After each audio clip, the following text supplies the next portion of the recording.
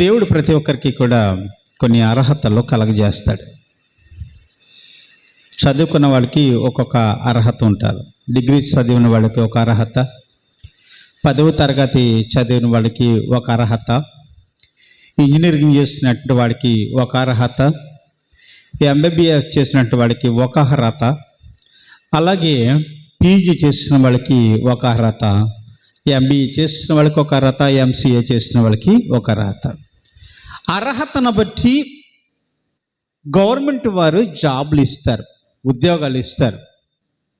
లేకపోతే బయట కంపెనీ వారు పిలిచి వాళ్ళకి ఉద్యోగాలు ఇచ్చినప్పుడు వారికున్న అర్హతను బట్టి ఆ ఉద్యోగం పొందుకున్నవాడు వారిని నిలబెట్టిన స్థలాల్లో నిలబడి వారు అక్కడ వారి పనిని చేస్తూ ఉంటారట.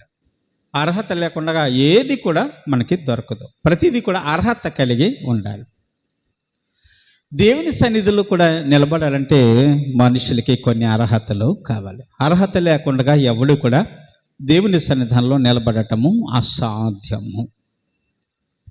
దేవుడు కొన్ని అర్హతలు కల్పిస్తూ కొంతమందిని ఆయన ఎన్నుకున్నాడు. అటువంటి వారు దేవుని సంఘంలో కట్టబడి సేవకులుగాను, అపోస్తులుగాను, అలాగే సంఘ కాపరులుగాను, ప్రవక్తలుగాను, సువార్థికులుగాను, ఇక అనేక మంది బిడ్డల్ని దేవుడు ఎన్నుకున్నప్పుడు వారందరూ దేవుడు నిర్ణయించిన పని ఏదైతుందో ఆ పని చేస్తూ వారికి ఇచ్చిన స్థలాల్లో ఎక్కడ నిలబడమంటే అక్కడ నిలబడి పరిపూర్ణంగా దేవుని సేవకులుగా వారందరూ కూడా తమ కర్తవ్యాన్ని నెరవేరుస్తూ ఉన్నారు. అలాగే ప్రతి ఒక్కరికి కూడా ఒక అర్హత అనేది దేవుడిచ్చాడు. కొంతమంది అర్హత లేకుండానే ప్రయాసపడుతుంటారు, నాకు అది కావాలి ఇది కావాలని.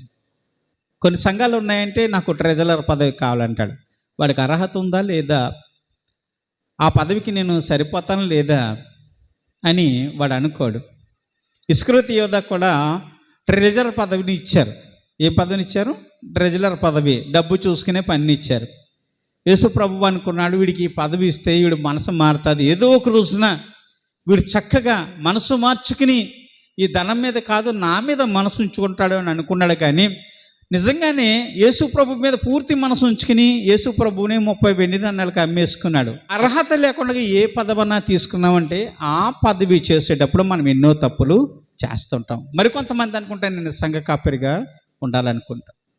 సంఘ కాపరిగా ఉండాలంటే అందుకు అర్హత మనకు ఉందా లేదా, మనం ఎవరము, మనలో ఉన్న క్వాలిటీస్ ఏంటి, నాకు వాక్యం ఎంతవరకు వచ్చు, వాక్యాన్ని నేను ఎంతవరకు చదివాను, నేను చెప్పగలనా లేదా, ఆ వాక్యం చెప్పేటప్పుడు పరిశుద్ధాత్మ దేవుడు నాతో నిలబడతాడా లేడా, ఇవన్నీ కూడా మనం సరిచూసుకోవాలి. నిలబడే అర్హత మనకు ఉందా లేదని ఆలోచించుకుని మనం అనాలి నేను సంఘ కాపరిని చెప్పుకోవాలి. కొన్నిసార్లు నేను అలాగ ఊహించుకుంటూ ఉంటాను, నేను సంఘ కాపరి చేస్తున్నాను కదా, నాలో ఉన్న క్వాలిటీస్ ఏంటని ఏదో ఒక కొదువు కనిపిస్తూనే ఉంటుంది.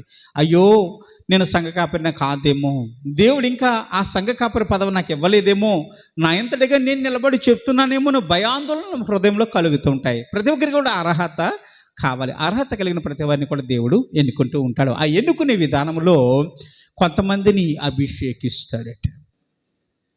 అసలు అభిషేకం అంటే ఏమిటి, ఎలా ఉంటుంది అభిషేకం అంటే? అభిషేకము అంటే ఇష్టపూర్వకంగా సేకరించుట అని అర్థము. అభిషేకం అంటే అర్థము సేకరించుట. ఎవరి కోసం సేకరించాలి? ఒక రాజుగా ఉండడం కోసం ఒక వ్యక్తిని సేకరించబడాలి. ఒక దైవ సేవకుడిగా, ఒక యాజకుడిగా ఉండడం కోసం ఒక వ్యక్తిని సేకరించాలి. లేకపోతే ప్రవక్తగా ఉండడం కోసం ఒక వ్యక్తిని సేకరించాలి. సువార్థికుడిగా ఉండడం కోసం ఒక వ్యక్తిని సేకరించాలి. సంఘ కాపరిగా ఉండడం కోసం ఒక వ్యక్తిని సేకరించాలి. ఇతరితర పనుల కోసం దేవుని సన్నిధానంలో నిలబడటం కోసం వారిని సేకరించడం కోసం వారిని అభిషేకిస్తారు. అభిషేకం అంటే ఏంటి? సేకరించుట అని అర్థం. ఈ అభిషేకము ఎంత గొప్పగా చేస్తారంటే మరి బైబిల్ గ్రంథాల్లో దీని గురించి చాలా ప్రాముఖ్యమైన విషయాలు రాయబడ్డాయి. భక్తుడైన మోషే గారు ఇజ్రాయేల్ ప్రజలందరితో కూడా అరణ్య ప్రాంతాల్లో నడుస్తున్నప్పుడు ప్రత్యక్ష గుడారములో పెట్టబడిన మందసము దగ్గర దేవుని సేవ చేయడం కోసం ఒక వ్యక్తిని యాజకుడిగా ఎన్నుకోవాలి. ఆ యాజకుడిగా ఎన్నుకోవాలంటే అతని మీద అభిషేకము జరగాలి. దేవుడు మోషే గారిని పిలిచి 29వ అధ్యాయం నిర్గమకాండము 7వ వచనంలో అభిషేక తైలమును తీసుకుని అతని తలపైన పోసి అతన్ని నేను అభిషేకించవాలి. ఎవరిని? నీ అన్నగారైనటువంటి అహరోనుని నువ్వు అభిషేకించాలి. ఎలాగ అభిషేకించాలండి? అభిషేక తైలము తీసుకుని, ఏమన్నాడు? అభిషేక తైలము, మామూలు కొబ్బరి నూనె కాదండి, లేకపోతే మామూలు ఒలివ నూనె కాదండి, ఏది పడితే అది నెత్తి మీద పోసి అభిషేకించేయకూడదండి. ఇది అభిషేక తైలం. ఎలా ఉందంటే అభిషేక తైలమును తీసుకుని నీ అన్నగారైనటువంటి అహరోను తలపైన దాన్ని పోసి అతనిని అభిషేకించవలెను. అభిషేకించడం అంటే దేవుని సేవ కొరకు, నా కొరకు ఒక యాజకుని సేకరించు అని అన్నాడు. అభిషేక తైలము ఈ తయారు చేసే విధానాన్ని కూడా మనం ఒకసారి చదువుకుందాం. నిర్గమకాండము 30 అధ్యాయము 22వ వచనంలో చక్కగా దీని గురించి వ్రాయబడింది. అభిషేక తైలాన్ని ఎలా తయారు చేస్తారనేది మనం చదువుదామండి. ముఖ్యమైన సుగంధ సంభారములలో పరిశుద్ధ సంబంధమైన తులముల చొప్పున గోపరసము, రెండోది 500 తులములు, సుగంధములు గల లవంగి పట్టు సగము 250 గ్రాములు, నిమ్మగడ్డి నూనె 250 తులములు ఎత్తు, లవంగి పట్టు 500 తులములను, ఒలివ నూనె సంభారమును 3 పళ్ళను తీసుకోమన్నాడు. ఇవన్నీ కలిపట ఎక్కడ? దేవుని సన్నిధానంలో ఒక వ్యక్తి ఉంటాడు. ఇవన్నీ కలిపి ఒక నూనెగా దాన్ని తయారు చేస్తారు. దీంట్లో అన్ని సుగంధాలే, ఒక్కొక్క సుగంధము ఒక్కొక్క పరిమళ వాసన కొడుతూ ఉంటుంది. ఇప్పుడు లవంగ పట్టు ఉందంటే లవంగాల వాసన వస్తుంది, ఎంత మధురంగా ఉంటుంది వాసన. నిమ్మగడ్డి వాసన మనసు నిండిపోతూ ఉంటుంది. గోపరసము అది కూడా చాలా అందమైన సువాసన కలుగుతూ ఉంటుంది, మనసు వికసిస్తూ ఉంటుంది. ఒలివ నూనె ఒక రకమైన వాసన, 3 పళ్ళు, అవన్నీ కూడా కలిపి తైలముగా తయారు చేసినప్పుడు ఈ అన్ని రకాల సుగంధాలు కలిసినప్పుడు ఈ నూనె పరిమళ వాసనగా గుబాళిస్తూ ఉంటుంది. ఈ నూనెను తీసుకెళ్ళి దేవుని సేవ కోసం ఎవరినైతే ఎన్నుకోబోతున్నారో, రాజుగా ఎవరినైతే ఎన్నుకోబోతున్నారో, ప్రవక్తగా ఎవరినైతే ఎన్నుకోబోతున్నారో, అపోస్తులుగా ఎవరినైతే ఎన్నుకోబోతున్నారో, దేవుని యొక్క దైవ సేవకునిగా అంటే సంఘ కాపరిగా ఎవరినైతే ఎన్నుకోబోతున్నారో వారి తలపైన పోసి వారిని అభిషేకించి సేకరించాలి. భక్తుడైన దావీదు గారు ఈ నూనె గురించి వ్రాశాడు. మనం చదువుదామండి. 133వ సంకీర్తన 1వ వచనం కలిసి మనం చదువుదాం. ఆ సహోదరులు ఐక్యత కలిగి నివసించుట ఎంత మేలు, ఎంత మనోహరము. తల మీద పోయబడి అహరోను గడ్డ మీదగా కారి అతని అంగీల అంచుల వరకు దిగజారిన పరిమళ తైలం వలె ఉండునంటే. వర్షం వస్తున్నప్పుడు వర్షంలోకి వెళ్ళి నిలబడతాం. మన గడ్డ ఉందనుకుని ఊహించుకుందాం ఒకసారి. వర్షంలోకి వెళ్ళిపోయి గొడుగు లేకుండా నిలబడ్డాం అనుకోండి, నీళ్లు చుక్కలు ఎక్కడి నుంచి కారితే ఇలాగా తల మించి కారి ఎక్కడికి వస్తే మన గడ్డ మించి కారి ఇలాగ చుక్కలుగా కారి మన చొక్కా అంతా తడిసిన తర్వాత చొక్క చివర బొట్లు కింద కారుతూ ఉంటాయి. అహరోను గారి నెత్తి మీద ఆ పరిమళ తైలం పూసినప్పుడు, అతని గడ్డ మీదుగా కారుతున్నప్పుడు అతని అంగి అంత చొక్కా అంతా తడిచిపోయి అతను చొక్కా అంచు నుంచి కింద జారుతుంటే సువాసన చుట్టుపక్కల ఉన్న వారందరికీ కూడా వెదజల్లుతూ ఉంటున్నప్పుడు అందరి మనసు నిండిపోదా? ఏమంటే సువాసన అంటే అందరికీ ఇష్టమే. సంఘములో ఉన్న సహోదరులందరూ కూడా ఒక్కొక్కరు ఒక్కొక్క వరాన్ని పొందుకుని, మాధుర్యాన్ని పొందుకుని వారందరూ కూడా కలిసికట్టుగా ఉంటే సంఘములు అంటే ఎలా వస్తుందంటే పరిమళ వాసన వెదజల్లుతూ ఉంటుందంటే అండి. ఆ సంఘం అంతా కూడా ప్రేమపూర్వకంగా ఉంటుంది, అందరూ కూడా చాలా ఇష్టపడతారు కదా. అలాగే సహోదరులు ఐక్యత కలిగి నివసించడం ఎంత మేలు, ఎంత మనోహరము. అది తల మీద పోయబడి అహరోను ఆ గడ్డ మీదుగా కారి అతని అంచుల వరకు దిగజారిన పరిమళ తైలం వలె ఉండును అన్నాడు. ఎవరు?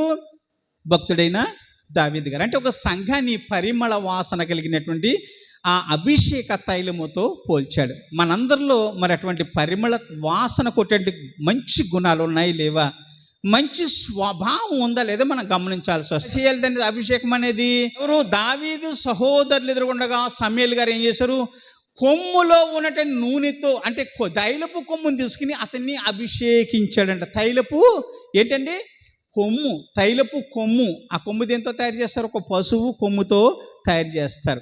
అది ఎలా ఉంటుందంటే ఒక ఎద్దు కొమ్ము కావచ్చు, లేకపోతే ఒక పొటోలు కొమ్ము కావచ్చు. ఆ కొమ్ముతో తయారు చేసి ఆ కొమ్మంతా శుభ్రపరిచి దాంట్లో ఈ సుగంధాలు కలిపినటువంటి ఈ నూనె ఏదైతుందో, అభిషేక తైలం ఏదైతుందో అది పోసి దాన్ని తీసుకెళ్ళి ఎవరినైతే అభిషేకించాలనుకుంటున్నారో అతని తలపైన ఆ కొమ్ముతో ఆ నూనెని పోస్తారు. మరి కొమ్ముకు ఒక ప్రాధాన్యత ఉంది. కొమ్ము అంటే ఏమిటి? కొమ్ముతోటి ఎందుకు అభిషేకిస్తారు? మరి ఇతరితర వాడితో దేనితో అభిషేకించవచ్చు కదా. కొమ్ము రాజుకు గుర్తుగా ఉంది. రక్షణ గ్రంథము 17:12 10 కొమ్ములు 10 మంది రాజులంట. కొమ్ము ఎవరికి సాదృశ్యంగా ఉంది? రాజుకు సాదృశ్యంగా ఉంది. అభిషేక తైలం పోసిన ఆ కొమ్మును తీసుకెళ్ళి ఎవరినైతే అభిషేకిస్తాడో, అంటే కొమ్ము అంటే రాజు. రాజు అంటే ఎవరు? మన ప్రభువు అయిన దేవుడే. దేవునికి స్తోత్రం. అంటే అధికారముతో, రాజాజ్ఞతో, దేవుని ఆజ్ఞతో, రాజుకు చూసుకున్న కొమ్ముతో తీసుకెళ్ళి ఆ వ్యక్తిని అక్కడ ఆ ప్రవక్త అభిషేకిస్తాడు. కొమ్ముతో ఒక వ్యక్తిని అభిషేకించడానికి ప్రత్యేకమైన కారణం అధికారముతో అతన్ని అభిషేకిస్తున్నట్లుగా దైవ గ్రంథం చెప్తూ ఉంది. అంటే ఈ రోజున చాలా చోట్ల చూస్తుంటాం మనం. మరి కొన్ని చోట్ల నేను విన్నాను, మరి పురుగుల మందు కొట్టే డబ్బా ఉంటుంది కదా, స్ప్రే. ఆ స్ప్రే నిండా కొబ్బరి నూనె పోసేయటం, అందరి మీద కూడా స్ప్రే పట్టేయటం, గాలి కొట్టేసి స్ప్రే, అది అభిషేక తైలం అంట. అలా చేస్తారండి అభిషేకము. ఏమండి, అభిషేక తైలపు పండుగలు అని చాలా చోట్ల పండుగలు పెడుతున్నారు. అలా ఉన్నాయి మన పండుగలు. బైబిల్లో ఉందా అభిషేక తైలపు పండుగలు అనేది? బైబిల్లో రాయబడి ఉంది ఎక్కడను? ఎక్కడ కూడా అభిషేక తైలపు పండుగలు అనేది ఎక్కడ రాయబడలే. వీరు కొత్తగా పెట్టి పండుగలు ఏంటంటే అభిషేక తైలపు పండుగలు. అక్కడికి వెళ్తారు, అందరి మీద కూడా ఈ పురుగుల మంది కొట్టేటువంటి స్ప్రేలు పోసి అందరి మీద నూనె కొట్టేస్తూ ఉంటారు, అభిషేకించేస్తూ ఉంటారు. అభిషేకం అనేది ఎలా జరగాలండి? సువాసన కలిగిన నూనెతో అభిషేకించాలి, అంతే తప్ప కానీ ఒక ఎండ్రెండు డబ్బాలోనో లేకపోతే ఒక గిన్నెలోనో ముంతలోనో నూనె పోసుకెళ్ళి నిన్ను అభిషేకించేసింటే అభిషేకం అవుతుందండి? అది మనుషులందరినీ కూడా తన సంఘాలతో తిప్పుకోవడం కోసం, మనుషులందరినీ పక్కదారి పట్టించి వాడిని పాడు చేయడం కోసం, లేనిపోని ఆచారములని పెట్టి మనుషుల యొక్క హృదయాల్లో కలవరం పుట్టించడం కోసం వీళ్ళు చేసే పనులు ఇవన్నీ కూడా అభిషేకించడం కోసము సుగంధములు కలిగినటువంటి నూనెను వాడతారు. ఇక్కడ కొబ్బరి నూనె పెట్టుకెళ్ళి అందరికి మీద నెత్తి మీద పోసేసి, మరి నేను నిన్ను అభిషేకించేస్తాను, నువ్వు ప్రవక్తగా ఉండు, లేకపోతే నువ్వు ఒక సంఘ కాపరిగా ఉండు, లేకపోతే ఇంకొకడికి ఉండు అంటే అది జరిగే పనేనా? దేవుడు ఎందుకు పద్ధతులు నియమించాడు? ఎందుకు ఒక క్రమాన్ని నియమించాడు? ఏ విధంగా చేస్తే ఒక అభిషేకం అవుతుందని దేవుడు ఎందుకు ఇవన్నీ చెప్పాడు? ఎందుకు ధర్మశాస్త్రంలో రాసి పెట్టాడంటే మనం అజ్ఞానులు కాబట్టి ఇవన్నీ తెలుసుకోవాలని దేవుడు మొట్టమొదటిగా దేవదేవుడు రాయించి పెట్టాడండి. పూర్వకాలంలో మన చిన్నప్పుడు వంట చేసేవారు. అప్పుడు వంట చేయడం చేత కదలేండి చాలామందికి. పూర్వకాలంలో చాలామందికి తెలిసింది కదా. నా చిన్నప్పుడు ఎలా చేసేవారంటే, మరి అందరికీ తెలుసు, మీకు కూడా తెలుసు, పూర్వం ఉన్నటువంటి వాళ్ళందరికీ తెలుసు. ఒక మట్టి కుండ తీసుకొచ్చి ఆ మట్టి కుండలో నీళ్లు పోసేవారు, కూరగాయలన్నీ తరిగేసి దాంట్లో పోసేసేవారు, ఉప్పు అలాగే కారము మంచుతుని కూడా దాంట్లో నీటిలోనే పోసేసేవారు. పోసేసి ఉడకబెట్టేవారు. ఉడకగా అది ఎగిరిన తర్వాత దాన్ని వేసుకుని తినేవారు. చాలా టేస్ట్గా ఉండేది, చాలా బాగుంటుంది కూడా కూర. దాన్ని ఏమంటారంటే అరబిక్లో ముషాకిల్ అంటారు. ముషాకిల్ కూర, అన్ని రకాల కలిపి ఏకంగా వండిన వంట. మా పూర్వం చిన్నప్పుడు అలాగే చేస్తారు. ఇప్పుడు అరబ్ దేశాలు చేస్తూ ఉంటారు. అంటే అలా చేస్తూ కుదురుతుంది? ఎప్పుడు కుదరదు. ముందు మొట్టమొదటిగా ఉల్లిపాయలు వేయించాలి, నూనె పోసి, తర్వాత ఏం చేయాలి? పచ్చిమిరకాయలు వేయాలి, అల్లం పేస్ట్ వేయాలి, తర్వాత కారం వేయాలి, మసాలాలు వేయాలి, తర్వాత చేపలు వేయాలి, తర్వాత లేకపోతే మాంసం వేయాలి, లేకపోతే కోడిగుడ్లు వేయాలి. అలా క్రమ ప్రకారంగా వండికి ఒకదాని తర్వాత ఒక వండితే అది ఒక రకమైనటువంటి సువాసన గల టేస్ట్ వస్తుంది. కాబట్టి మనుషులు పక్కదారి పడతారని మొట్టమొదటిగా దేవుడు అభిషేక తైలం ఎలా ఉండాలో దాన్ని చక్కగా దైవ గ్రంథంలో రాసి పెట్టాడు. అయితే ఈ రోజున మనుషులు హ్యామర్ చేసి పక్కదారి పట్టించి దైవ సేవకులను పెట్టిన వారు తమ సంఘాలు నింపుకోవడం కోసం, తమ స్వార్థం కోసం సంఘ నియమాలన్నీ పాడు చేస్తూ ఉన్నారు. దేవుని కొరకు ఏర్పాటు చేయబడినటువంటి ఒక పాత్ర ఎలాగైతే ఉందో, ఒక మనిషి అభిషేకించబడిన తర్వాత దేవుని కోసం ఎలా వాడబడతాడో అలాగే కడ వరకు కూడా అతను వాడబడుతూ ఉండాలండి. ఒక్కసారి అభిషేకం 10 సార్లు అభిషేకం జరగదండి. చాలామంది అనుజనులు గుళ్ళకి వెళ్తూ ఉంటారు, అక్కడ నా పేరు మీద అభిషేకం చేయండి అంటాడు. ఎవరికి? ఆ దేవతను చూపించి నా పేరు మీద అభిషేకం చేయండి అంటే, అభిషేకం అంటే ఏంటంటే సేకరించుట. నా కొరకు నేను ఆమెను ఏర్పాటు చేసుకుంటున్నాను, అతన్ని నేను ఏర్పాటు చేసుకుంటున్నాను, ఆ విగ్రహాన్ని నేను ఏర్పాటు చేసుకుంటున్నాను, ఆ విగ్రహానికి నేను లోబడి ఉంటాను, ఆ విగ్రహానికి నేను పూజలు చేస్తాను, నా దేవుడిగా నేను పరిగణించుకుంటున్నాను, నా దేవుడిగా నేను అంగీకరిస్తున్నానని చెప్పడం. ఒక వారంలో దాన్ని అభిషేకించిన తర్వాత, నువ్వు స్వీకరించిన తర్వాత మళ్ళీ వారం వెళ్ళేమంటాము, మళ్ళీ అభిషేకము చేయండి అంటాం. అభిషేకం అంటే ఏంటి? సేకరించడం. ఎన్నిసార్లు సేకరిస్తాం? సేకరించేది ఒకేసారి కదా. అభిషేకం ఎన్నిసార్లు జరిగింది? ఒక్కసారి. భక్తుడైనటువంటి సౌలుని దేవుడు ఒక్కసారి అభిషేకించాడు ఇజ్రాయెల్ ప్రజల రాజుగా. రెండవదిగా దావీదును కూడా ఒకే ఒక్కసారి అభిషేకించాడు. యెషయాని అలాగే ఒకే ఒక్కసారి అభిషేకించాడు. ఇర్మీయాని ఒకే ఒక్కసారి అలాగే అభిషేకించాడు. రాజులను అనేక మందికి అలాగే అభిషేకాలు ఒకే ఒక్కసారి జరిగాయి. సొలొమోను కూడా అభిషేకము ఒకే ఒక్కసారి జరిగింది. అనేక సార్లు అభిషేకం జరగలేదు. దేవుడు వారి కోసం ఏర్పాటు చేసుకున్న అభిషేకమే ఒకరిని సేకరించడం కోసం జరిగేది అభిషేకము. అభిషేకానికి కావాల్సింది ఏంటంటే సుగంధములు కలిగిన నూనె. అది కూడా ఎలాగంటే పరిశుద్ధ స్థలము యొక్క తులములు చప్పున తయారు చేయబడిన నూనెగా ఉండాలి.